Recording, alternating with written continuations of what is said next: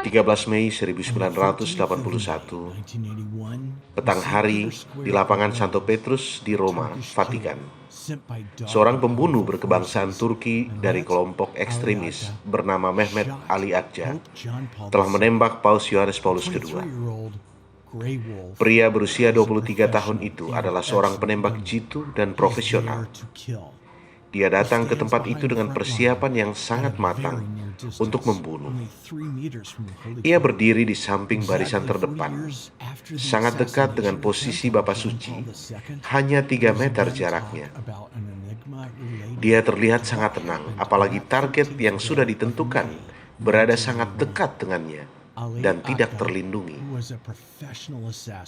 Namun yang menjadi pertanyaan, dari jarak sedekat dan seterbuka itu, mengapa upaya penembakan itu gagal dan tidak sampai membuat Bapak Suci terbunuh? Padahal, ia memiliki peluang 99,9% untuk menewaskan pemimpin umat Katolik sedunia itu. 19 abad sebelumnya, di tempat yang sama, yakni di lapangan Basilika Santo Petrus, Paus pertama, yakni Santo Petrus Rasul, telah mengalami kematian yang kudus demi Gereja Katolik. Paus Yohanes Paulus II dalam berbagai kesempatan setelah peristiwa itu, ia selalu mengatakan bahwa dirinya selamat dari penembakan itu berkat campur tangan perawan terberkati Bunda Maria. Ini dapat dilihat dari lukisan Bunda Maria yang dibuat sesuai keinginannya di lapangan Santo Petrus, tepatnya di lokasi kejadian Bapak Suci ditembak. Tepat 40 tahun setelah percobaan pembunuhan terhadap Paus, banyak pihak kembali membicarakan teka-teki terkait dengan apa yang sesungguhnya terjadi pada tanggal 13 Mei 1981 itu. Ali Akça yang merupakan seorang pembunuh profesional tidak mungkin gagal dalam jarak sedekat itu. Pria Turki itu dalam persidangan menjelaskan kepada hakim bahwa dia hanya melepaskan 2 kali tembakan dari beberapa kali yang dia rencanakan. Namun, karena di sebelahnya ada seorang biarawati yang pada saat itu memegang lengan kanannya, dia pun tidak dapat terus menembak. Jika tidak ada biarawati itu, Paus pasti sudah terbunuh. Ada seorang bernama Letizia Giaditi yang berdiri beberapa meter di belakang pria bersenjata itu. Tetapi ketika ditanya apakah dialah orangnya yang memegang tangan pria bersenjata itu, Letizia menyangkal. Lalu pertanyaannya, siapa biarawati yang dijelaskan oleh Ali Akça yang mencegahnya membunuh Paus itu? Sebenarnya selama bertahun-tahun di Italia sudah sering ada pembicaraan tentang nama suster ini. Suster ini memiliki karunia dan sangat dekat dengan Padre Pio. Namanya Suster Rita Montella. Suster ini memiliki nama baptis Cristina Montella, seorang biarawati Agustinian yang meninggal dengan reputasi kesucian pada tanggal 26 November 1992 di biara Santa Croce sul Arno di Tuscany. Suster Cristina yang terhubung dengan Padre Pio memiliki karunia mistik yang besar dan hari ini pun Gereja Katolik sedang mempertimbangkan untuk membuka proses beatifikasinya.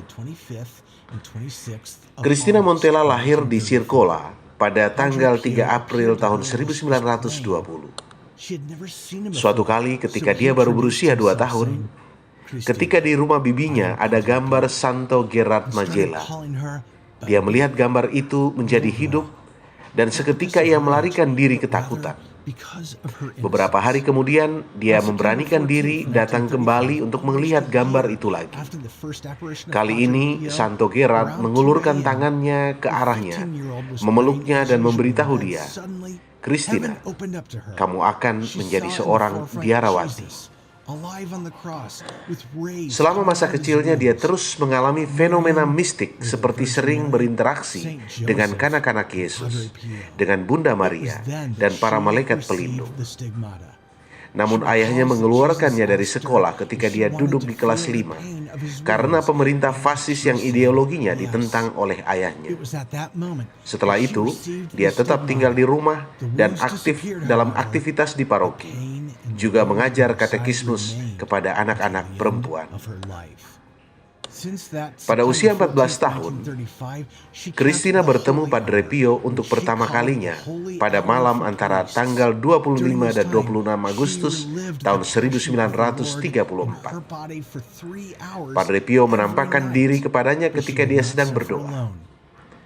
Karena Christina belum pernah melihat Padre Pio sebelumnya, sehingga Padre memperkenalkan dirinya dengan mengatakan, "Christina, saya Padre Pio," dan mulai memanggilnya dengan nama Bambina atau gadis kecil, bukan karena usianya, melainkan karena dia terlihat anak yang polos. Seorang pastor yang telah mendedikasikan waktu selama 30 tahun untuk mengumpulkan informasi tentang Suster Christina menulis, pada tanggal 14 September 1935, hampir setahun setelah operasi pertama Padre Pio, sekitar pukul 2 pagi, anak perempuan berusia 15 tahun itu sedang berdoa seperti biasa di tempat tidurnya.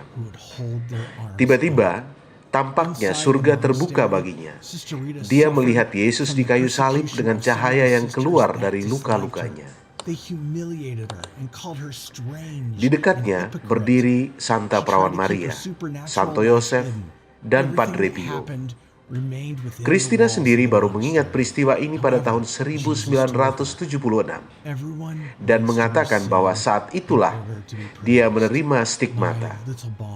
Dia ingat bahwa Yesus bertanya kepadanya, apakah dia ingin merasakan sakit luka-lukanya?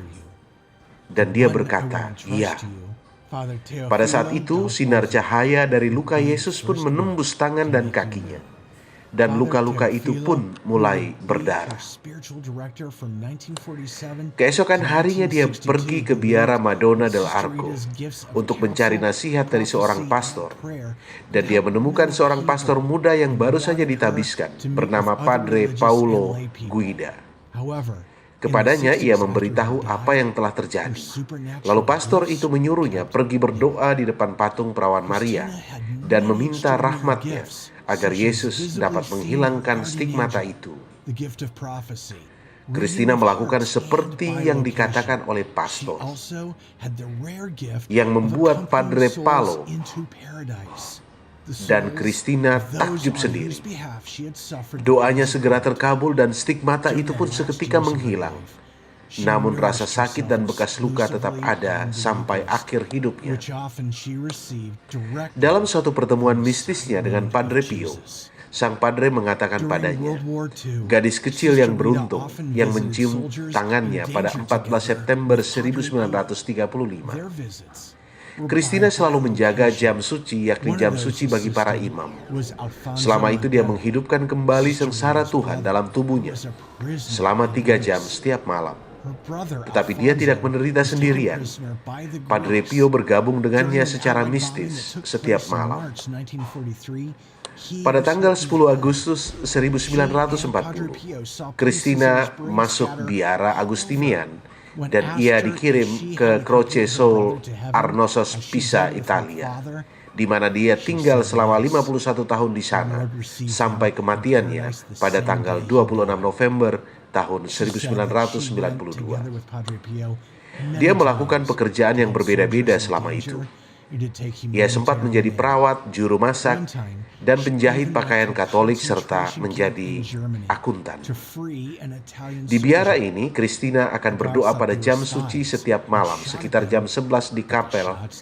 Dan di sini Padre Pio akan bertemu dia dan mereka akan berdoa bersama dengan 2 pasang malaikat yang mengangkat tangan mereka.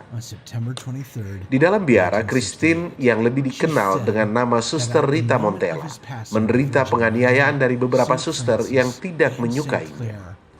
Mereka mempermalukannya dan memanggilnya aneh dan munafik. Dia mencoba untuk mempertahankan kehidupan supernaturalnya dan menyembunyikannya dari orang-orang. Namun Yesus mengatakan kepadanya bahwa semua orang ingin dilihat agar dipuji, tetapi engkau malah selalu bersembunyi. Inilah sebabnya aku ingin semua orang mengenalmu, yang akan kupercayakan engkau pada Pastor Teofilo Del Posa. Dia akan menjadi orang pertama yang membuatmu dikenal. Pastor Teofilo, yang menjadi pembimbing spiritualitasnya dari tahun 1947 hingga 1962 itu, percaya bahwa karunia yang ada pada Suster Rita dapat membantu banyak orang, dan ia ingin bertemu dengan orang-orang religius dan awam lainnya. Pada tahun 1960-an, setelah dia meninggal, karunia supranaturalnya disembunyikan. Christina memiliki banyak karunia luar biasa, seperti melihat malaikat pelindungnya secara kasat mata. Dia juga memiliki karunia langka untuk menemani jiwa ke surga, jiwa orang-orang yang telah menderita di api penyucian. Selama tahun-tahun terakhir hidupnya, dia mengasuh dirinya sendiri secara eksklusif pada ekaristi yang sering dia terima langsung dari luka Yesus. Selama Perang Dunia Kedua, Suster Rita sering mengunjungi tentara dalam bahaya bersama dengan Padre Pio. Suster Rita membantu Padre Pio di lokasi perang. Saat penderitaan terakhirnya pada tanggal 23 September 1968, dia mengatakan bahwa pada saat kematiannya, Perawan Maria dan Santo Fransiskus ada di sana. Dia juga melihat para dokter mencoba menyembuhkan dia, dan dia berkata kepada mereka, seharusnya mereka membiarkan dia mati dengan tenang. Pada tahun 1980, Suster Rita didiagnosa tumor otak jinak. 2 tahun kemudian dia jatuh dari tangga dan lengan kirinya patah. Sejak saat itu kesehatannya memburuk. Dia mengalami masalah jantung, kakinya sangat lemah, dan dia menderita berbagai rasa sakit. Dia menghabiskan sebagian besar tahun 1980-an dengan menahan penderitaan fisik. Dia meninggal pada pukul 13.30 pada tanggal 26 November 1992. Suster Rita segera setelah tahun 1981, selama percakapan dengan Pastor Franco, mengungkapkan secara rahasia bahwa dia hadir di lokasi di lapangan Santo Petrus pada tanggal 13 Mei 1981. Tetapi dia minta sang pastor berjanji untuk merahasiakan semuanya sampai setelah kematiannya tiba. Suster Rita telah mengalihkan konsentrasi ahli Akja saat menyerang Paus. Dan ini terkonfirmasi dalam pengakuan ahli Akja bahwa ada seorang biarawati yang memegang lengan kanan saya sehingga saya tidak bisa menembak lagi. Kalau tidak, saya akan membunuh Paus.